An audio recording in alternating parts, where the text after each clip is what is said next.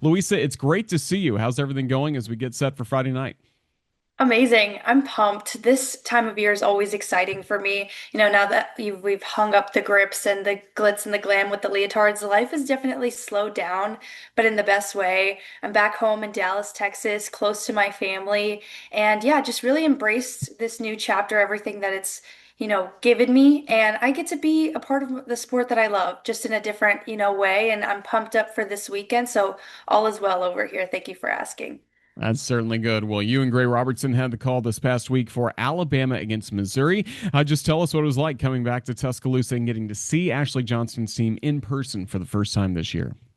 I mean, it just feels like a hug from your best friend, and I will always love Tuscaloosa.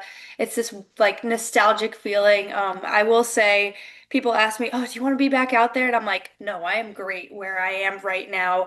It's all about the athletes, and so exciting to see all these fresh new faces with the way that they've impacted the Crimson Tide team. But just talking a little bit on last weekend, it was a great SEC matchup.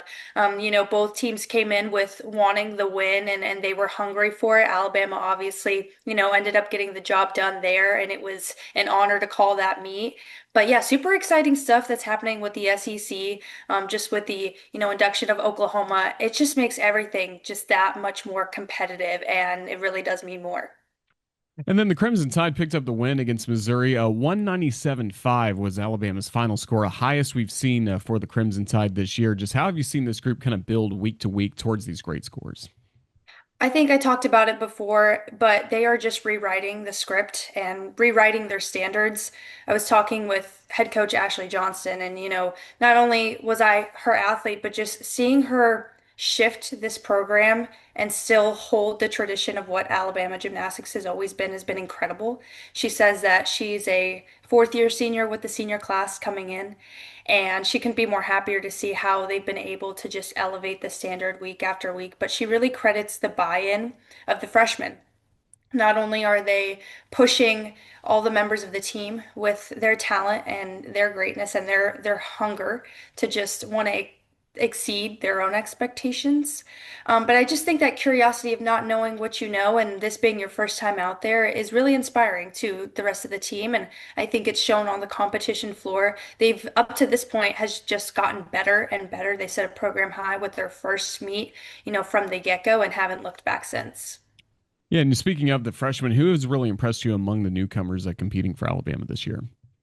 I mean, it goes without saying, but as Ayara Akbar, I remember just a couple years back, nobody really knew of her because she had been dealing with injury, has had a lot of resilience coming back from career-ending, like lower extremity injuries. So when we saw her, funny enough, at the Alabama camp just a couple years ago, it was just her polish and her poise, and you could tell she wasn't there to show off. She was just genuinely happy to be there.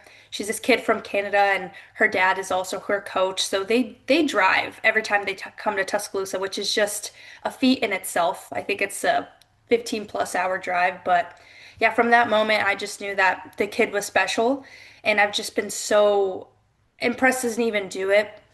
Just because I was one to come in early, and she did it as well. She graduated high school early to be a part of this team and just made an impact from the start.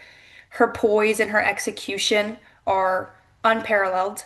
Her technique is gorgeous. She's a breath of fresh air to watch. But yeah, I just can't believe we get 4 years of this with her. So just praying for good health and lucky that we have a star on our team. Certainly do among the freshman class. And then one of your former teammates is now really shining in the all around for Alabama in Gabby Gladio. What do you see from her this season as she continues what's been a tremendous career at Alabama? Gabby Gladio has seen it all. She truly has. I think the biggest thing with Gabby is her growth this year in her leadership. She's always had that competitive edge from the get-go, and now it is learning how she can pour into her teammates, which I have been the most impressed with. So continuing just her downright determination to win every single time and mixing that with making it bigger than herself. It's just a perfect combination to not only set her up for the rest of the year, but set her up so that she can look back on her senior year and know that she left her legacy at the University of Alabama. She's certainly doing that. So once again, it's a top 25 matchup for the Crimson Tide coming up on Friday night. What are you looking for from this Alabama team as they continue trying getting even better scores, maybe introducing some new skills as well? I think the Crimson Tide has done a really great job of embracing every week with what it has. I'm really looking forward to seeing just the consistency. I think the newness of the competition season has worn off. We're going into week 4, and this is where bodies start to hurt, reality sets in. And it's great that they're at a home setting and they've been at home for the past 2 weeks, but they really need to find their another motivation and continue to consistently improve. I think this will be a great test for them because they weren't perfect last week and they were able to put a great score. So it will show them just how good they are if they're able to put it all together this week at home. We're celebrating a milestone. It's been 30 years since the 1996 national championship team led by Coach Patterson. Just for you as a gymnast, how meaningful was it to interact with so many different former Alabama gymnasts who were national champions like that group will get to celebrate? And how much does it kind of show off the Bama style atmosphere that really is in Tuscaloosa? I mean, tradition is just embedded from, how we show up to practice and just seeing every time I've been able to connect with alum just beyond the years. We always make an event to where they can come back in the gym and even if they want to throw some flips, they can. It doesn't matter. We're all welcome here. So I think the embrace of the alumni and just always having that tradition glue us together, regardless of what era, what generation you are. Being an Alabama gymnast at its core is always going to be the same. And I think being able to replicate it year after year, despite having so many changes in coaching staff, just that tradition of, where legends are made has never faltered.